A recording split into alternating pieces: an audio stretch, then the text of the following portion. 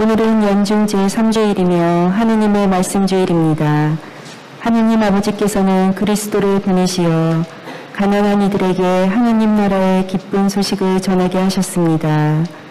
교회 안에서 울려 퍼지는 하느님의 말씀으로 우리가 한마음 한몸이 되어 해방과 구원의 도구가 되게 해주시기를 청합시다.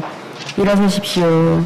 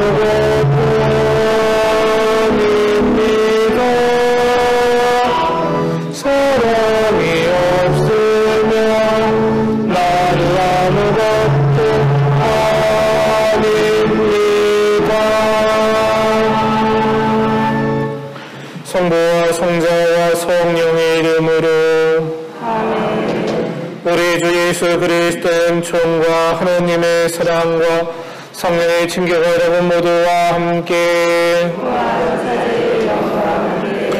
오늘은 연중제 3주일이면서 하느님 말씀주일입니다. 형제자매 여러분, 구원의 신비를 합당하게 고행하기 위하여 우리 죄를 반성합시다.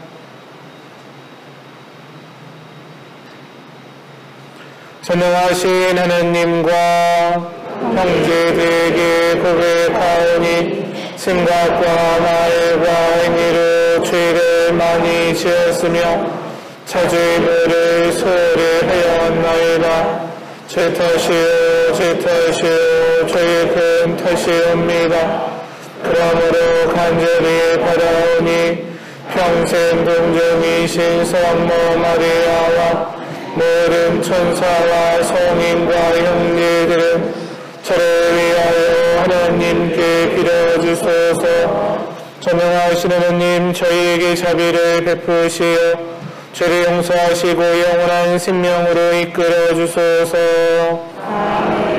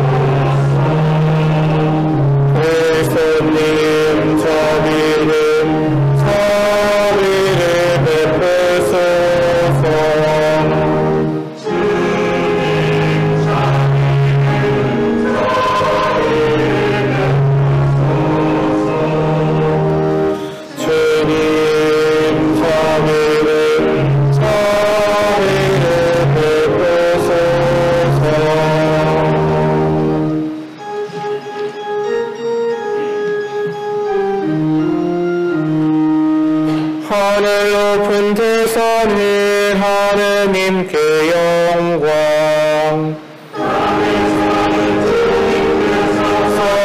사랑하시는 사람들에게 평강.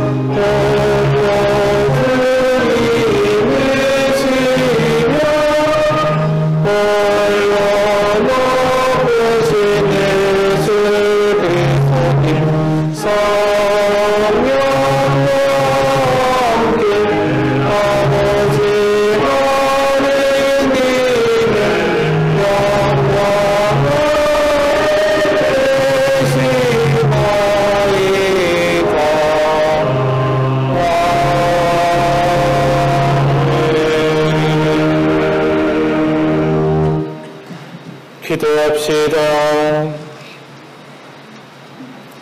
전능하시고 영원하신 하나님, 저희를 자유로 이끄시어 사랑하시는 성자의 이름으로 저희가 옳은 일에 힘쓰게 하소서.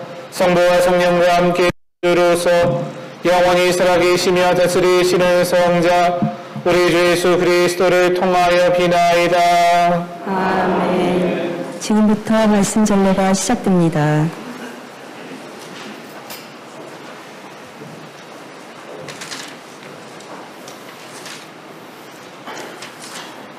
느헤미야의 말씀입니다. 그 무렵 에즈라 사제는 남자와 여자 그리고 말귀를 알아들을 수 있는 모든 이로 이루어진 회중 앞에 율법서를 가져왔다. 때는 7째 달 추하룻날이었다. 그는 물문 앞광장에서 해 뜰 때부터 한낮이 되기까지 남자와 여자와 알아들을 수 있는 이들에게 그것을 읽어주었다. 백성은 모두 율법서의 말씀에 귀를 기울였다. 율법학자 에즈라는 이 일에 쓰려고 만든 나무단 위에 섰다. 에즈라는 온 백성보다 높은 곳에 자리를 잡았으므로 그들이 모두 보는 앞에서 책을 폈다. 그가 책을 펴자 온 백성이 일어섰다.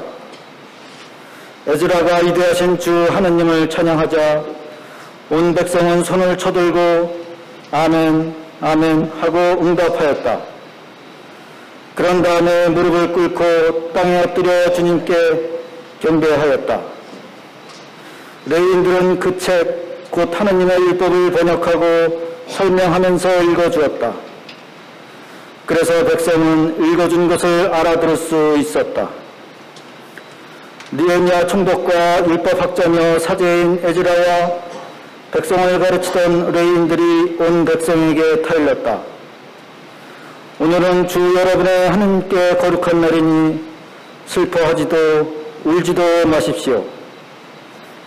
율법의 말씀을 들으면서 온 백성이 울었기 때문이다. 에즈라가 다시 그들에게 말하였다. 가서 맛있는 음식을 먹고 단술을 마시십시오. 오늘은 우리 주님께 거룩한 날이니 미처 마련하지 못한 이에게는 그의 몫을 보내주십시오. 주님께서 베푸시는 기쁨이 바로 여러분의 힘이니 서러워하지도 마십시오. 주님의 말씀입니다.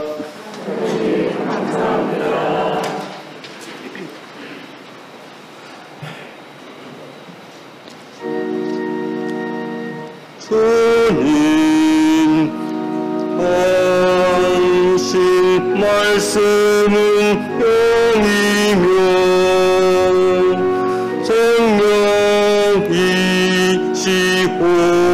생명이시옵니다.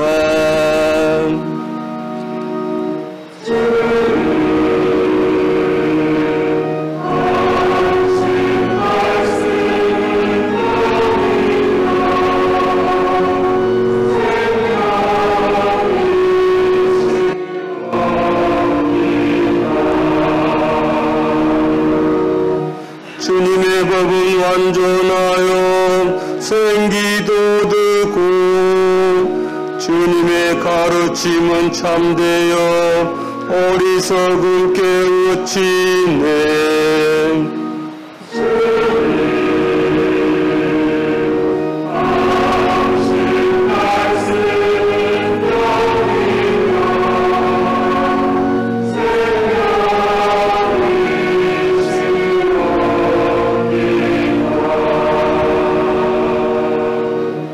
주님의 규정을 바르니 마음을 기쁘게 하고 주님의 계명 발구니 눈을 맑게 하네.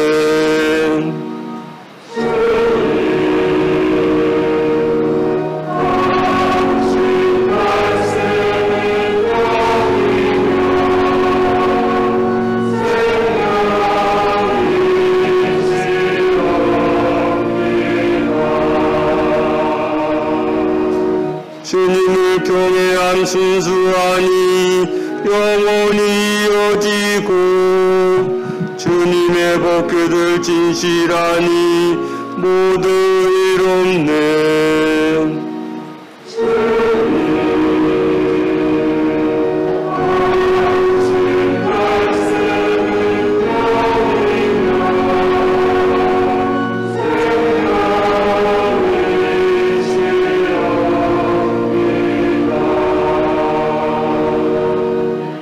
저의 반석, 저의 구원자이신 주님, 제 입으로 드리는 말씀, 제 마음속 생각, 당신 마음에 들게 하소서.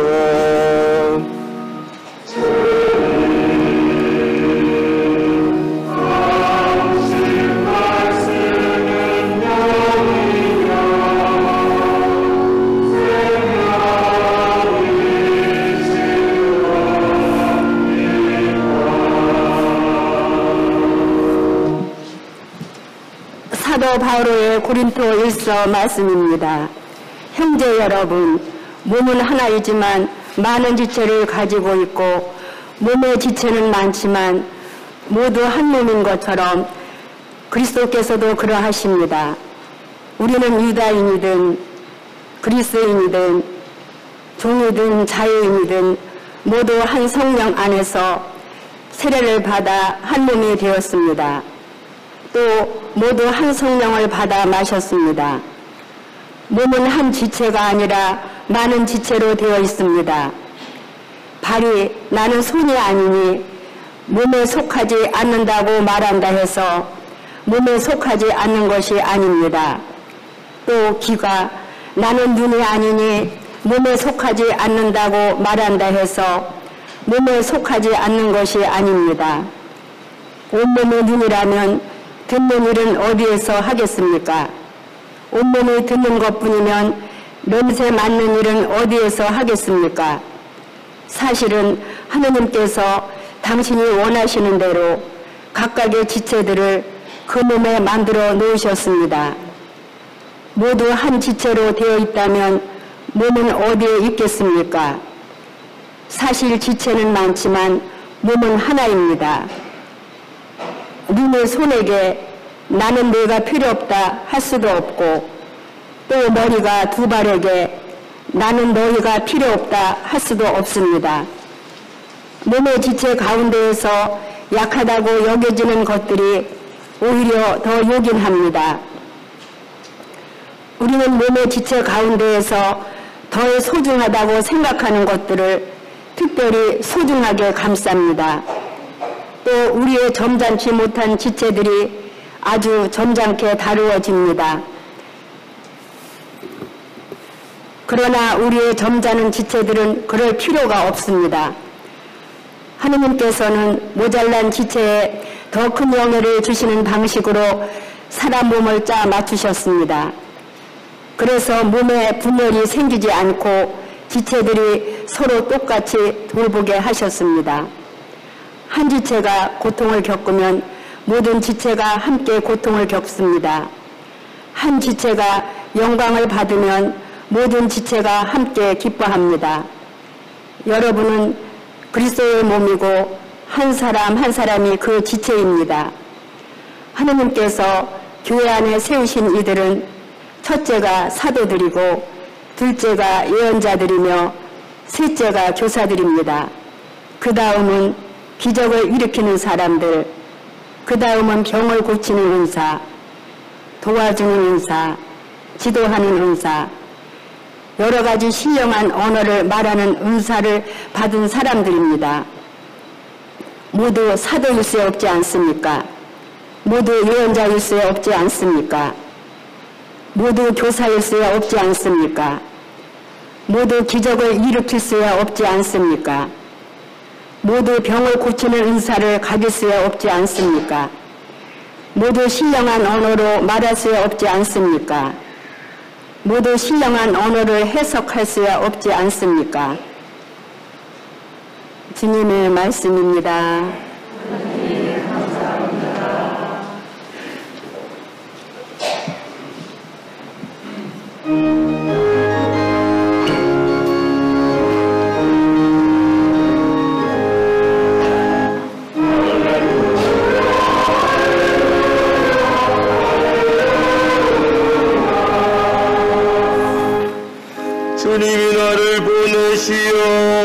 가난한 이들에게 기쁜 소식을 전하고 잡혀간 이들에게 해방을 선포하게 하셨네.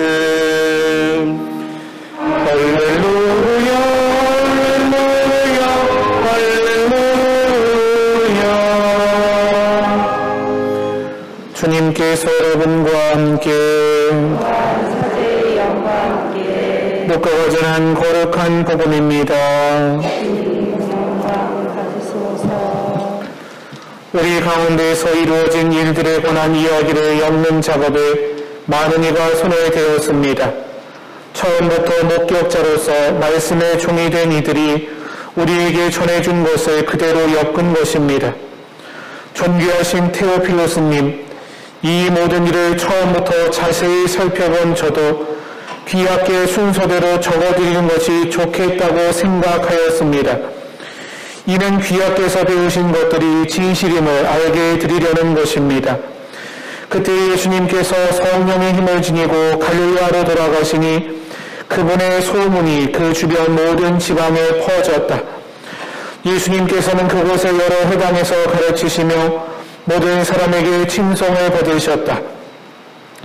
예수님께서 당신이 자라신 나자렛으로 가시어 안식일을 늘 하시던 대로 회당에 들어가셨다. 그리고 성경을 봉독하려고 일어서시자 이사야 예언자의 두루마리가 그분께 건네졌다. 그분께서는 두루마리를 펴시고 이러한 말씀이 기록된 부분을 찾으셨다.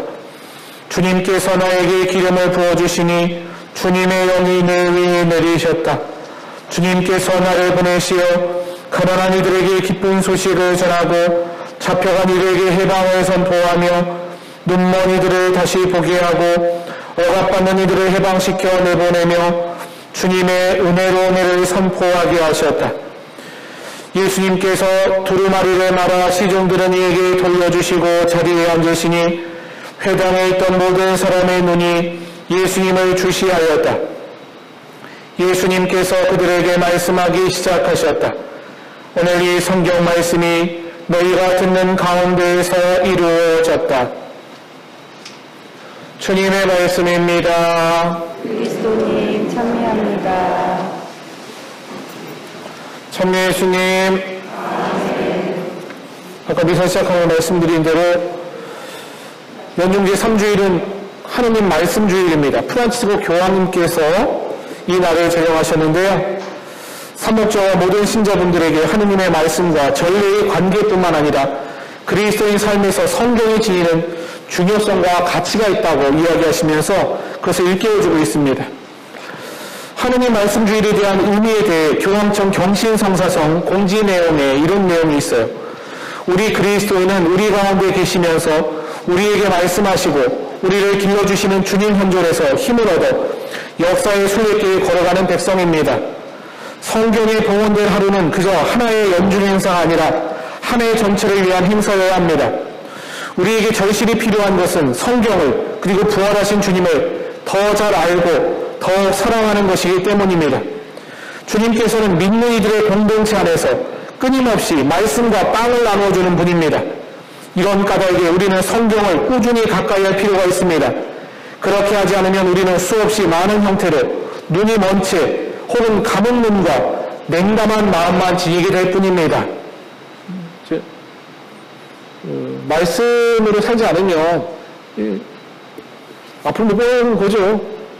제대로 걸어갈 수 없는 거죠. 그리고 냉담한 마음이 된대 차가워지는 거죠. 신앙에 대한 열정이 식어버리는 거죠.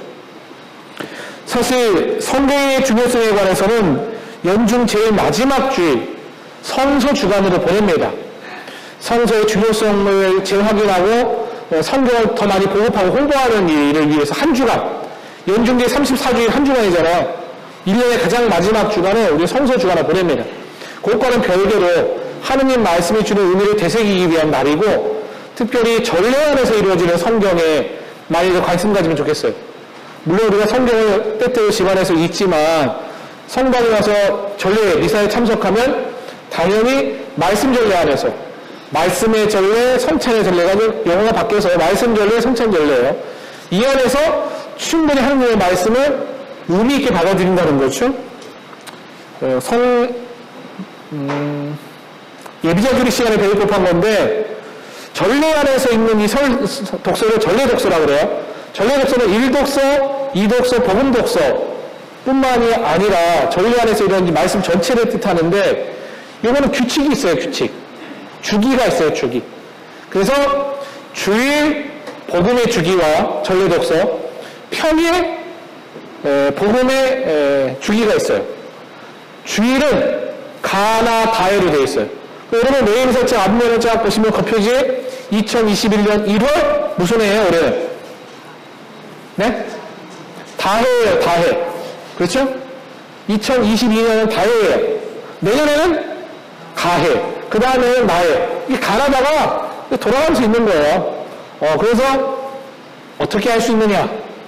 이건 옛날 수학 시간에 배운 거예요. 3의 배수를 확인하는 방법. 응? 2022년은 3의 배수예요. 각 자릿수를, 이거는 만자리든 천자리든 상관없어요. 수억자리든 상관없어요. 3의 배수를 찾는 방법은 뭐예요? 각 자릿수를 더해서 3으로 나누면 돼요. 2022년은 2 더하기 0 더하기 2 더하기 2예요. 그렇죠? 더하면 합이 뭐예요? 6이에요. 6을 3으로 나누면 어떻게 돼요? 나머지가 0이에요. 나머지가 0이면 다해. 나머지가 1이면 가해. 나머지가 2면 나해예요. 3121년에는 무슨 해일까요? 3 더하기 1 더하기 2 더하기 2하면 뭐예요? 7이잖아, 7. 나머지가 3으로 나누면 1이잖아요. 3121년에는 가해예요, 가해. 제가 처음성체 아이들 하고 나면 맨날 물어요. 살구할 때, 연도 줘가지고. 근데 이거를 2022년은 가해, 23년은 가해, 24년은 이렇게 세는 게 아니잖아요, 그렇죠?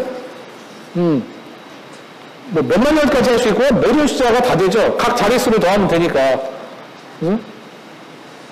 11,111년은 만약에 이렇게 전례적으로 간다면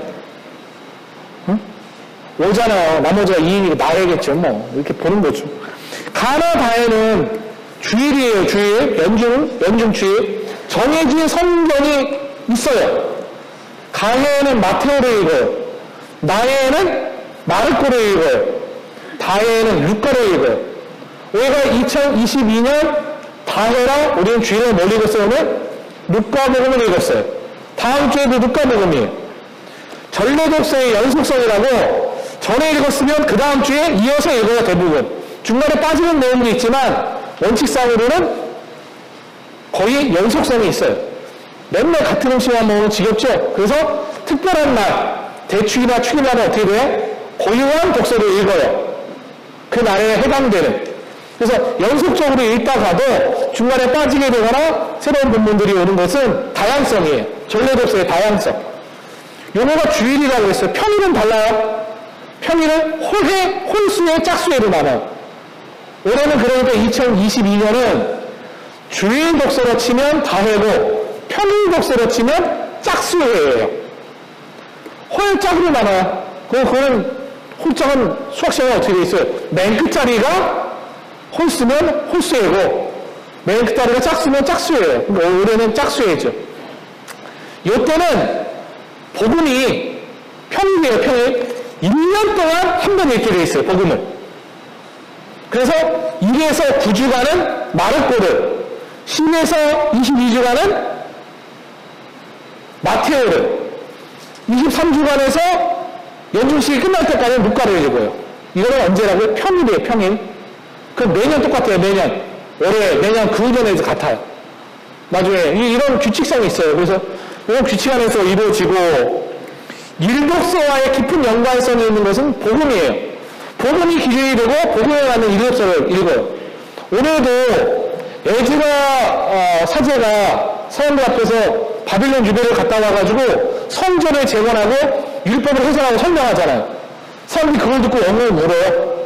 말씀의 중요성, 말씀이 살아 움직이고 있다는 거죠. 이것이 오늘 회당에서 예수님의 이사야서 61장의 두루마리를 읽는 장면과 깊이 연관되어 있어요. 근데 이 독서는 직접적으로 연관은 없어요. 배치를 할 때. 이 독서와 가장 연관이 있는 것은 복음이고 또 하나는 뭐예요? 화답성이에요. 화답성은 그냥 만들어지지 않아요. 10편에서 야 오늘은 1편하고 다음 주 2편하고 3편하고 이렇게 하지 않고 오늘 일독서와 가장 의미가 연결되는 화답성을 골라서 배치하는 거예요. 그래서 일독서 그냥 묵상 안 해도 돼요. 화답성을 잘하면 그게 곧 일독서에 대한 묵상이 되는 거죠. 그전에는 왜 독서 읽고 나면 짧게 묵상한다 뭐 이런 거 적혀 있었어요. 지금 그런 게 없어요. 그래서 이제 이 의미 자체가 일독서 내용을 압축했다고 볼 수 있기 때문이죠. 뭐 이런 것들은 성서와 전례독서의 전례학에서 나온 기본적 내용들이고, 오늘 루카복음은요 전례독서의 연속성에서 보면 특이한 점이 하나 있어요. 1장에서부터 충서로 나가는데 1장 앞머리를 살짝 접고 어떻게 돼 있어요? 바로 4장으로 넘어가요. 2, 3장하고 1장의 뒷부분은 어디로 간 걸까요? 원래 전례독서는 연속성이 있어서 땅땅땅 하잖아요. 아니면 앞장을 아예 없애고 4장부터 적어도 되는데 의미가 있는 것처럼 보여요. 제가 보기에.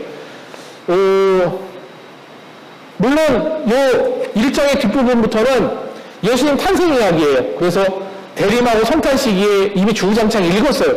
일부러 뺐을 수도 있지만 그러려면 4장부터 시작하면 되잖아요. 그렇게 시작하는 게 마테오예요. 마테오복음은 산상설교부터 시작해요. 5장부터. 그러니까 1에서 4장까지 안 쓰거든요. 그럼 루카도 그렇게 하면 되는데 굳이 앞에 서문을 넣은 이유는 분명히 있을 거라는 거예요. 복음의 저자들, 복음사가라고 그래요. 사가. 그렇죠?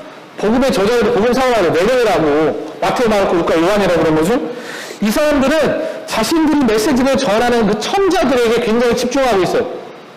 이 듣는 사람이 누군지에 따라서 같은 내용을 전할 때도 다르게 되잖아요. 공간복음은 똑같은 내용을 다 공유하고 있어서 하나만 보면 되는 게 아니에요. 각자 선포하는 공동체가 다르기 때문에 같은 이야기를 다른 방법으로 정하는데 성격을 규정하는 데 중요하단 말이에요. 마테오복음 같은 경우는 유대계 그리스도인들에게 주로 전했어요. 유대계. 그러니까 이미 율법의 전통이나 이스라엘의 역사를 다 알고 있는 사람들이에요. 사전에. 그들에게 예수님을 전하는 거고, 마르코는 이방인들 중에서도 로마 사람들이에요. 주로. 당시에는 로마 제국이 제일 컸죠. 가장 편리하고도 일반적인 내용들을 시간수에 따라서 잘 배치한 게 마르코예요. 루카복음은 헬레니즘 문화권에 있는 그리스계 그리스도인들이에요. 그리스. 가장 도도한 사람들이에요. 가장 지적이고 철학적이라고 자부하는 사람들이에요. 그 사람들에게 하는 거예요. 요한복음은 이걸 초월했죠. 어떤 계층의 사람들, 일부의 사람들을 위한 게 아니잖아요, 이미. 그래서 루카복음은 이걸 염두에 두고 읽으셔야 돼요. 그리스인들에게는 글의 첫머리가 굉장히 중요했어요. 그래서 여기 보면 문학적인 특성들이 여기 잘 나타나요. 그리고 루카는 의사 출신이고 사도행전을 적었단 말이에요. 그래서 사도행전에 보면 앞에 선책에 대해서 얘기 나오잖아요. 그게 바로 루카복음을 이야기하는 거죠. 테오필로스님이라는 단어를 써요. 테오라는 단어와 필로스의 합성어예요. 테오는 뭘 뜻해요? 하느님을. 필로스는 사랑을 뜻해요. 여러분 철학이라는 단어를 영어에서 찾으면 필로소피예요. 그렇죠? 철학. 그게 라틴어로 하면 필로소피아예요. 필로는 사랑이라는 말이고 소피아는 뭐예요? 지식이에요. 지식. 또는 지혜라고 그래요. 지혜를 사랑하는 일이 철학이잖아요. 그런 단어에서 나온 거죠. 여기에 필로가 그 단어와 똑같은 거죠.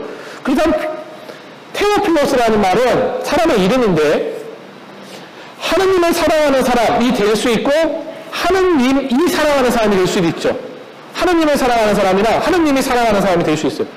그러니까 이게 아무한테나 보낸 편지가 아니라는 거죠. 글이 아니라는 거고, 또 하나는 뒤에 크라티스테라는 단어를 써서 굉장히 윗사람을 이렇게 존칭하는 단어예요. 귀하께서는 이란 말이에요.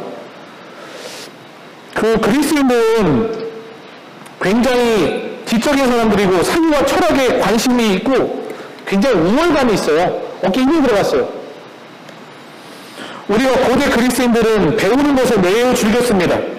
고상한 이야기를 잘하고 철학적인 사유를 중요하게 여겨요. 소크라테스를 비롯한 많은 철학서는 고대 그리스 문화권에서 탄생하게 되죠. 도도해요. 허풍도 많고 굉장히 있어 보이기 좋아하고 이런 사람들에게 루카가 복음을 전하니까 당연히 그들의 귀를 솔깃하게 하고 눈이 가는 글을 적어야 되죠. 마테오 복음은 유대인들에게 보낸 예수님의 이야기니까 처음에 뭘 집어넣어요? 빵하고 족보를 넣어요.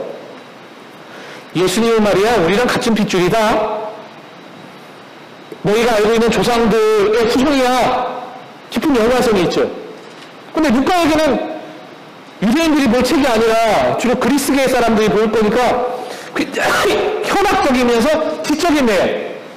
그리고 이게 아무나 있는 책이 아니라 테오필로스라는 사람을 어떤 학자는 황제의 조카뻘 되는 사람이라 이렇게 해석하고 있어요. 그 당시 인물로는 굉장히 높은 사람이죠. 그러니까 이스라엘 그리스 사람들에게 야 이거 트렌드가 있는데 요 정도는 지성인이라면 읽어줘야지 뭐 이런 거죠.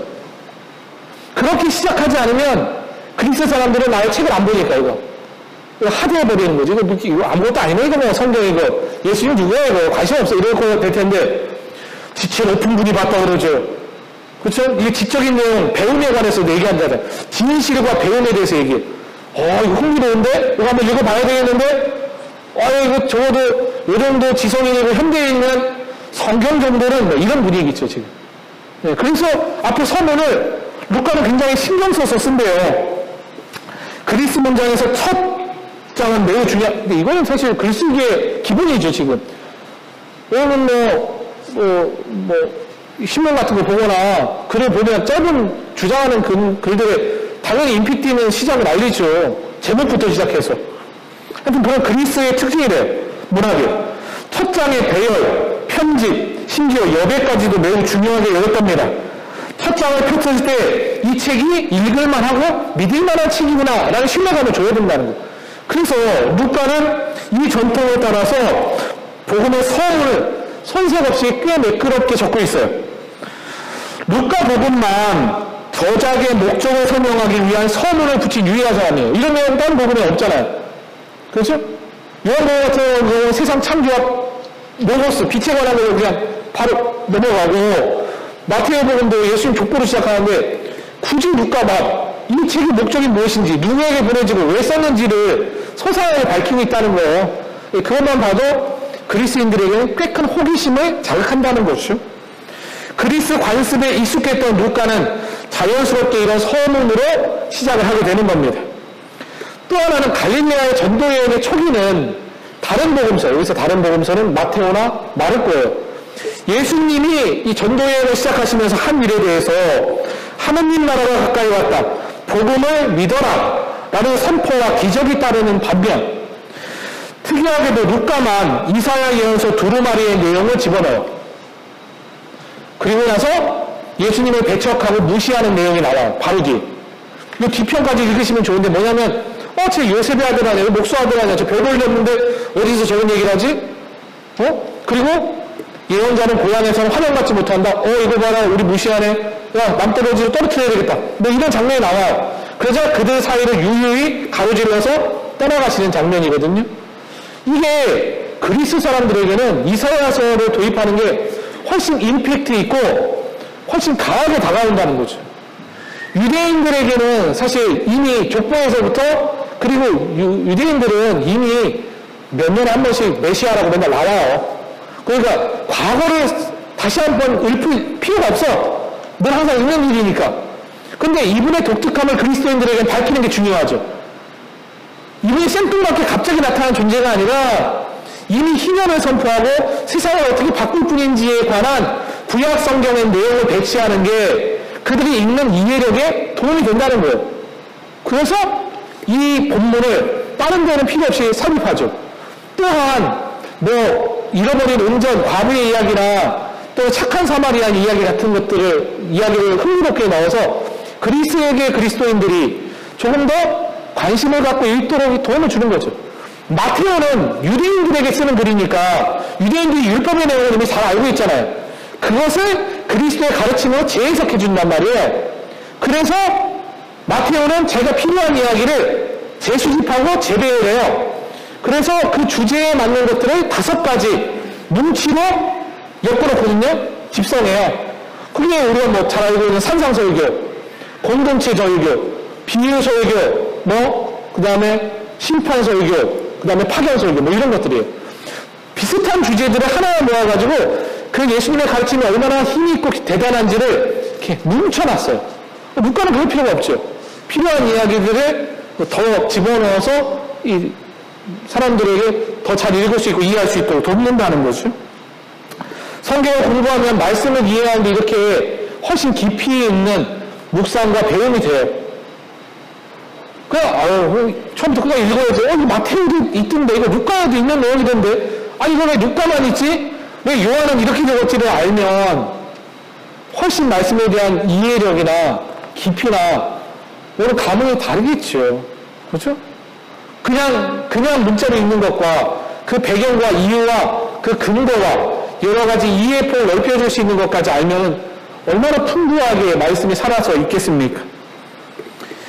하느님의 말씀 중 가장 중요한 이 4개의 이야기를 우리는 복음이라고 말합니다. 복음을 풀이하면 뭐예요? 기쁜 소식이에요. 우리 삶에 이 하느님의 말씀이 정말로 자신의 삶을 기쁘게 만들고 있는지를 물어야죠. 일단 읽어야죠. 맞죠? 봐야죠. 있나 보다라고 하면은 거기에 말씀이 어떻게 살아서 나에게 오겠어요. 그렇죠? 우리 신앙에는 2가지의 양식으로 영적인 삶을 이어갑니다. 그것은 한 전례 안에서 이루어지는 2개의 식탁이에요. 미사에 참석하면 밥 먹는 거예요. 2개의 밥을 먹어요. 하나는 말씀의 식탁에서 이루어지고 하나는 성찬의 식탁에서 이루어집니다. 이 2 전례의 양식을 통해 우리는 영적인 삶의 풍요로움과 충만함을 느끼게 돼요. 근데 오랫동안 교회는, 가톨릭 교회는 성찬 전례에 대한 중요성을 너무 강조했어요. 중요하지 않다는 내용이 아니에요. 그게 너무 부각되다 보니까 상대적으로 말씀에 대해서 소홀해졌어요. 우리 옆 동네, 제가 맨날 옆 동네라고 그러면 개신교를 뜻하는 거예요. 개신교는 성사적인 부분이 없다 보니까 성찬례가 없잖아요. 성찬례가 없으니까. 주구장창 뭐만 가지고 하는 거예요? 말씀만 가지고요. 이 사람들은 무슨 단어만 나와도 어디 나오는지 다 알아. 그죠? 누가복음이 누구를 위해 쓰여졌는지 다 알아. 기본적인 말씀의 이해 수준이 우리가 월등히 높아요. 이게 참 신기할 정도로. 근데 그게 유일한 자신들의 유산이니까. 그러다 보니까 우리는 사실은 개신교 옆동네 사람들과 비교하면 성서에 대한 이해나 관심이나 이 집중도가 많이 떨어지는 것은 사실이죠.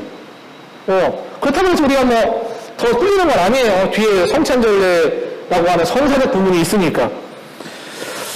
오랜 시기 이렇게 조금은 소홀해지기 시작했던. 그 옛날에 보시면 미사 참여한다 그러면 뭐예요? 성찬절례만 참여하면 되는 거예요. 그래서 복음 읽거나 저 강론 읽을 때까지 미사 온 거지 지금은 그런 거 없어요. 말씀절례와 성찬절례는 온전히 이 미사를 거룩하게 하는 일이에요. 제대로 미사에 참석하려면 어떻게 해야 돼요? 처음부터 끝까지 오셔야 되는 거예요.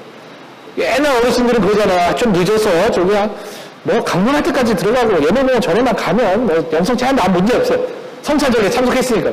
지금은 그렇지 않아요. 그런 교리도 없을 뿐더러 지금은 그렇게 가르치지도 않아요. 왜냐면 우리는 이 미사 안에서 2가지 식탁에서 양식을 따로 먹는 거예요. 말씀의 양식과 예수님의 몸이라는 성찬의 양식을. 그러니까 중요성이 어디에 더 부각되는 게 아니라 2 다 똑같이 중요한 거예요. 최근에 이 가톨릭 안에서도 수로 전통에 따르는 말씀을 묵상하거나 렉시오 디비나라고 들어보셨어요? 거룩한 독서라고 그래요. 또 성경 100주간, 40주간, 청년 성서모임, 무슨 창세기, 마르코 이런 연수들, 성경의 연수들이 공적으로 굉장히 많이 생겨났어요. 이거는 아주 긍정적이면서 좋은 현상이죠. 우리의 마음 한켠이 좀 오랜 시기 말씀과 좀 소외되어 있었어요. 최근에 이 말씀에 집중하거나 공부하는 이들이 많습니다. 여러분들 관심 좀 가지시고 이런 기회들이 있어요. 공적인 가르침을 해야 돼요. 여러분 사적으로 성경을 공부하는 데는 위험해요. 많은 이단적인 요소들이 그런 성경 공부에서 시작돼요. 신천지도 보세요. 성경 공부를 시작하거든요. 교회에 공인받은 거 그리고 교회에 인가를 받은 것들 공부들이 많아요. 그 중에도 이런 기회들을 좀 살리면 좋겠다 싶고 여러분들 이제 성경 안에서 그리스도를 만나고 그 말씀의 힘으로 영적인 도움을 받아가며 그 은총의 충만함 속에서 살 수 있다면, 오늘 하나님 말씀 주일인데 여러분 한 음식만 먹지 않고 골고루 먹게 되고 모든 영양이 채워지는 거죠. 이 미사의 식탁 안에서 이루어진 예수의 몸뿐만이 아니라 그리스도 그 자체인 말씀으로 살아가는 신자분들 되시기 바랍니다. 아멘.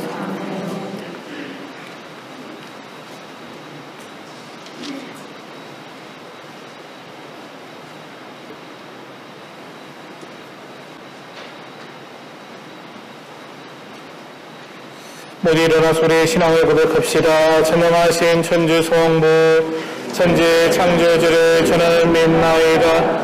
그의 아들 우리 주 예수 그리스도님 성령으로 인하여 동정 마리아께 태어나시고 본시와 빌라도 통찰에서 고난을 받으시고 십자가에 못 박혀 돌아가시고 묻히셨으며 저승에 가시어 사한날에 주일의 가운데에서 부활하시고 하늘에 올라 전능하신 천주 성보른 편에 앉으시며 그리로부터 산이와 죽은 이를 심판하러 오시리라 믿나이다. 성령을 믿으며 거룩하고 보편된 교회와 모든 성인의 통공을 믿으며 죄의 용서와 육신의 부활을 믿으며 영원한 삶을 믿나이다. 아멘. 형제자매 여러분, 구세주 예수 그리스도를 보내주시어 주님의 은혜로 은혜를 선포하게 하신 하나님께 정성을 다하여 기도합시다. 교회를 위하여 기도합시다. 진리이신 주님, 하느님의 말씀주의로 맞은 교회를 이끌어 주시어 하느님 백성인 교회가 성경 말씀을 더욱 소중히 여기고 삶으로 실천하게 하소서. 주님 저희의 기도를 들어주소서.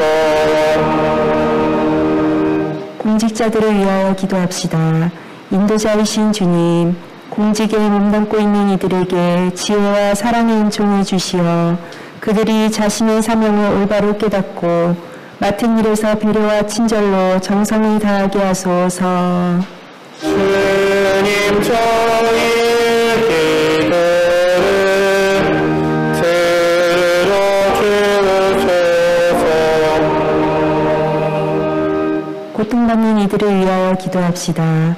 은총의 주님, 갖가지 이유로 고통받는 이들을 살펴주시어 몸소 위로하시고 그들이 하느님의 말씀을 찾아듣고 마음에 새겨 평화를 누리며 치유의 기회를 얻게 하소서. 주님 저희의 기도를 들어주소서. 본당 사도직 단체들을 위하여 기도합시다. 일치의 주님, 저희 본당의 사도직 단체들을 살펴주시어 전례 안에서 선포되는 하느님 말씀을 깊이 새기고 삶 안에서 실천하며 하느님의 신비를 드러내게 하소서. 주님 저희의 기도를 들어주소서. 이 모든 기도를 주 예수 그리스도를 통하여 비나이다. 아멘. 앉으십시오. 이제부터 성찬절례가 시작됩니다.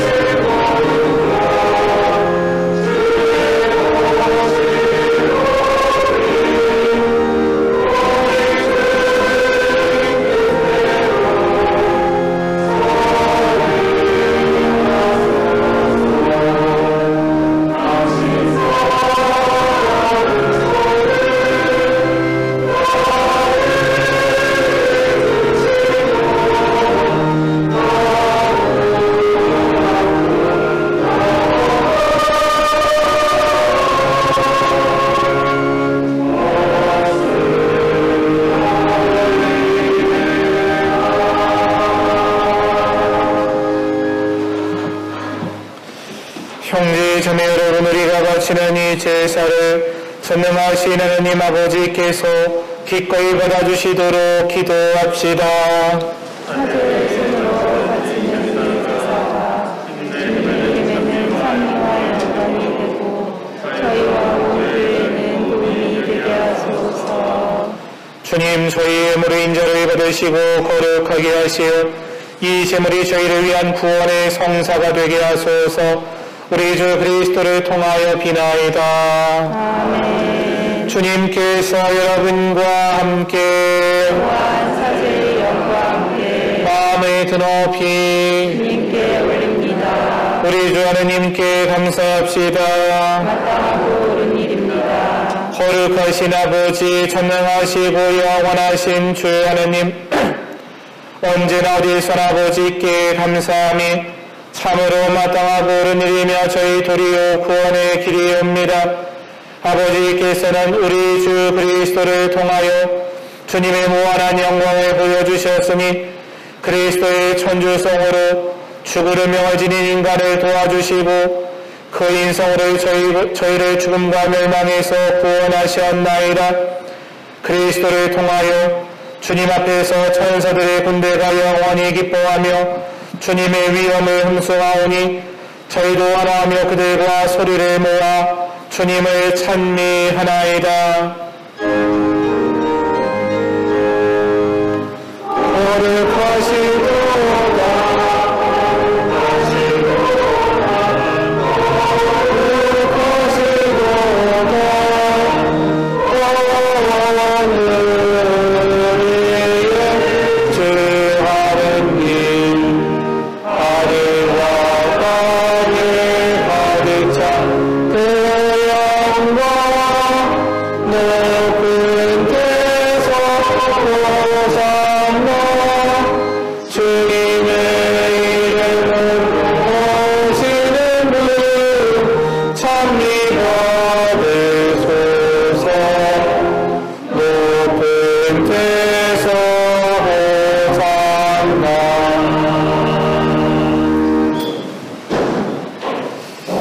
거룩하신 아버지께서는 모든 거룩함의 셈이시옵니다. 간구하오니 성령의 힘으로 이 예물을 거룩하게 하시어 우리 주 예수 그리스도의 몸과 피가 되게 하소서. 스스로 원하신 순환이 다가오자 예수님께서는 빵을 들고 감사를 드리신 다음 쪼개어 제자들에게 주시며 말씀하셨나이다. 너희는 모두 이것을 받아 먹어라. 이는 너희를 위하여 내어줄 내 몸이다.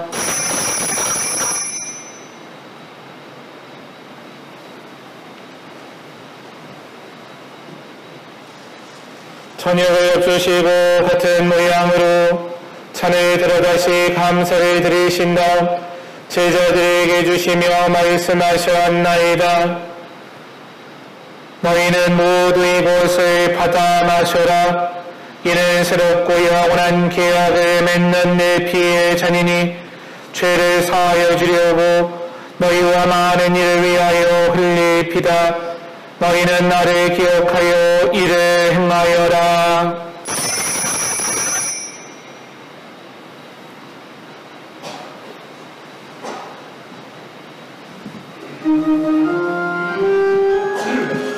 신앙의 신비요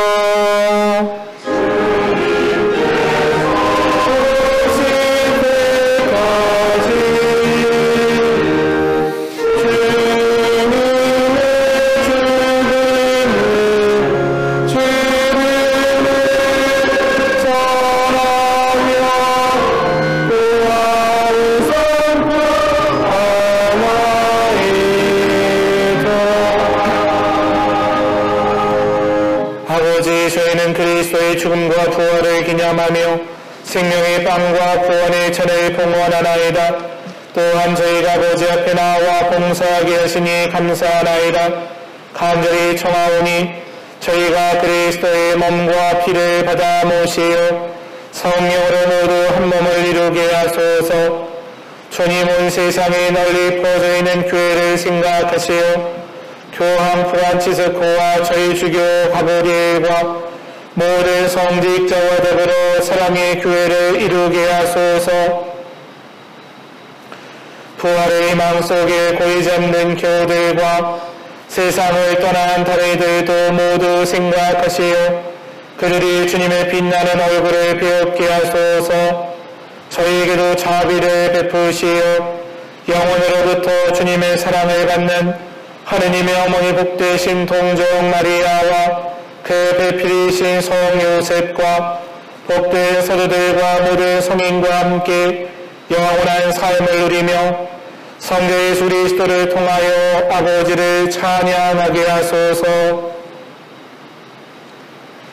그리스도를 통하여 그리스도와 함께 그리스도 안에서 성령으로 하나 되어 전능하신 천주 성부 모든 영예와 영광을 영원히 받으소서.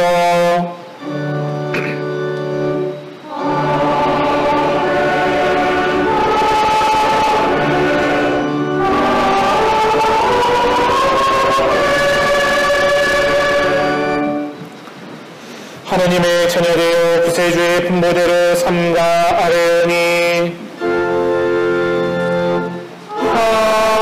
하늘에 계신 우리 아버지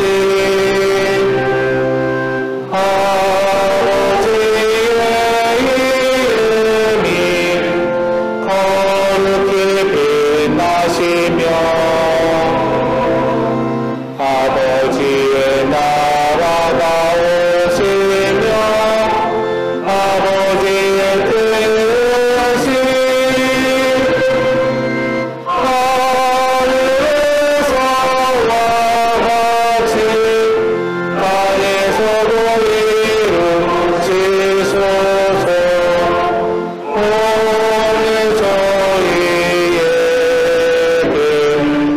일용할 양식을 주시고 저희에게 잘못한 일은 저희가 용서하오니 저희 죄를 용서하시고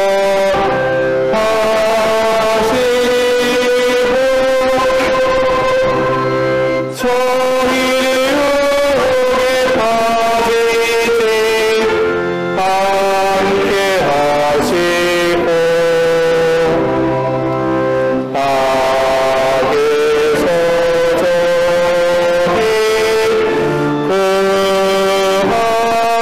구하소서. 주님 저희를 모든 악에서 구하시고 한평생 평화롭게 하소서. 주님의 자비로 저희를 언제나 죄에서 구원하시고 모든 시련에서 보호하시어 복된 희망을 품고 구세주 예수 그리스도의 재림을 기다리게 하소서.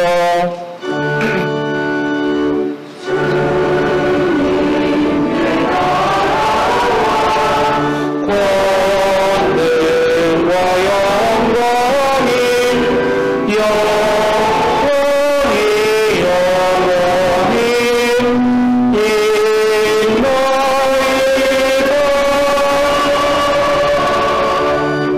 주 예수 그리스도님의 일찍이 사도들에게 말씀하시기를 너희에게 평화를 두고 가며 내 평화를 주노라 하셨으니 저희 죄를 헤아리지 마시고 교회의 믿음을 보시어 주님의 뜻대로 교회를 평화롭게 하시고 하나 되게 하소서.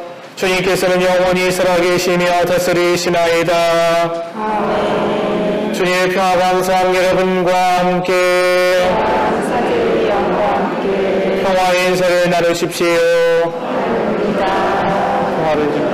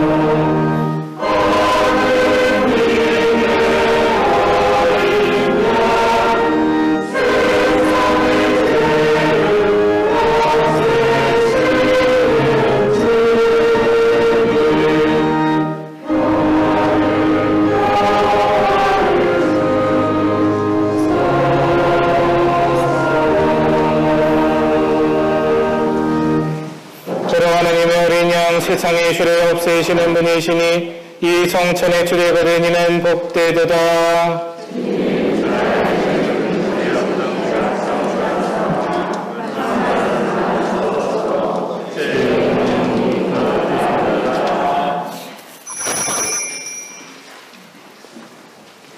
주님께 나아가면 빛을 받으리라. 너희 얼굴에는 부끄러움 없으리라.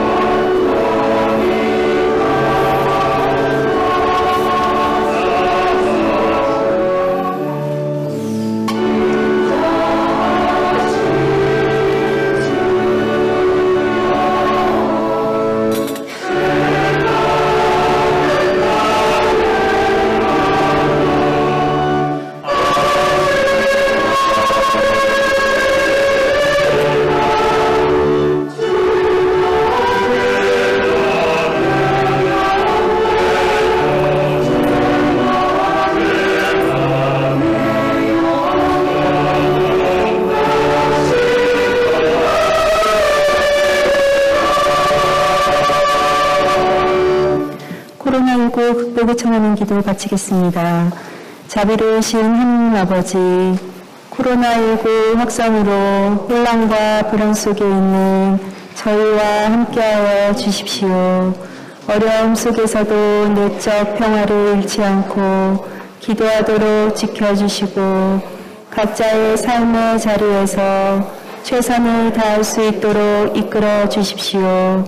코로나19 감염으로 고통받는 이들에게 치유의 은총을 내려주시고 이들을 헌신적으로 돌보고 있는 의료진들과 가족들을 축복하여 주십시오.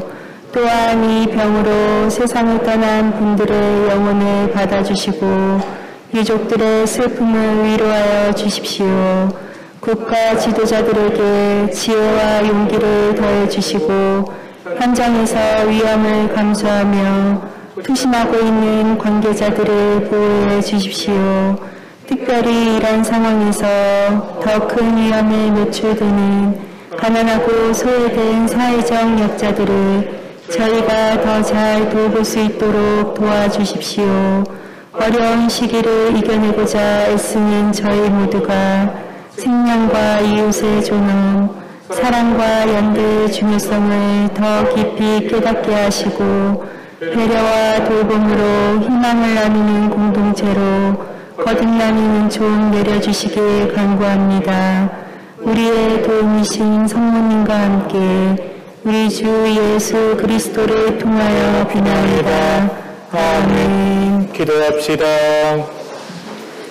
전능하신 하나님, 성자의 살과 피로 저희를 기르시니 하느님께서 주시는 생명의 은총으로 저희가 언제나 기뻐하게 하소서. 우리 주 그리스도를 통하여 비나이다. 아멘. 잠시 자리에 앉아주세요. 추보 참조해주시기 바랍니다. 해외 원조주일, 교회는 매년 1월 마지막 주일에 해외 원조주일을 보냅니다.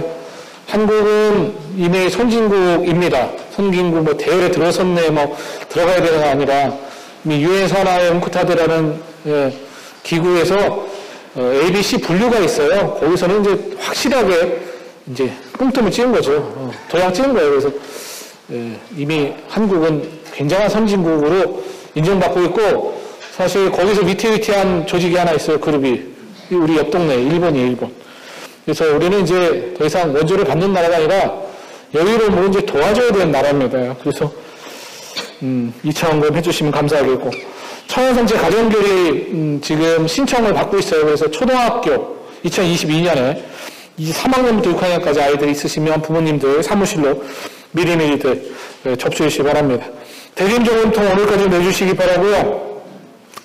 음성지구 소음동치 상반기 교육이 있어서 돌아오는 목요일 날은 10시가 아니라 9시입니다. 교육 때문에. 그래서 차가 없으시기 바라요. 미사일 좀 일찍 끝내고 교육에 참석해야 되니까. 아니, 이건 신청하신 분만 하는 거예요. 장소가 우리이기 때문에. 상반기는 금방에서 하고 하반기는 감곡 지구가 성당에서 합니다. 서울합동위령미사 조상들 위해서 위령미사 예물 내실 분들은 미리들 접수하여 주시기 바랍니다. 31일 날 월요일 새벽 미사는 없겠습니다. 축성생활의 날 2월 2일인데요. 1년 동안 사용할 기도처나 전례처 그날 접수하고 있습니다. 보니까 이제 요즘은 이제 기도처를 이렇게 앞에 갖다 놓고 축성해서 안 가져가고 대부분 성물방에서 그때 필요한 몇 자루씩 사가시는데 그거는 뭐 막을 수는 없고 전례처나 조금 미사에 제대 위에 올리는 초대 필요하시면 이렇게 신청을 해주세요. 이런 것도 하는 분만 해요. 그래서 원래 제가 이 속지에다 넣어가지고 하나씩 공헌하게 하다가 그거 너무 강요 같아가지고 제가 그렇게 하진 않았는데 필요하신 분들은 개인 초대 사가시고 이 제대 위에 전례초도 신청해 주시면 고맙겠습니다. 8월 승천대축일날 성문승천대축일날 세례받으실 분들 위해서 2월에 예비자 환영식이 있습니다. 교구에서 운영하는 신학 강좌 같은 거예요. 교리신학원과 선교학교. 요거는 코로나로 사실 운영이 조금 이래저래 비대면이라고 어려웠는데, 그 전에 신부님은 여러 번 보냈다는데 저는 능력이 없나 봐요. 이거 다들 안 가시는데, 최근에. 제가 막 자꾸 무료로 등 떠밀어서 가락으로 해야 되는데, 제가 그런 걸 잘 못해서. 체계적이면서 조금 제대로 된 교육을 받고 싶으신 분들은 이런 정규 과정에 가시면 좋겠어요. 교리신학원 같은 경우는 매주 목요일날 낮 시간에 가셔야 되고 선교학교는 달에 한 번씩이에요.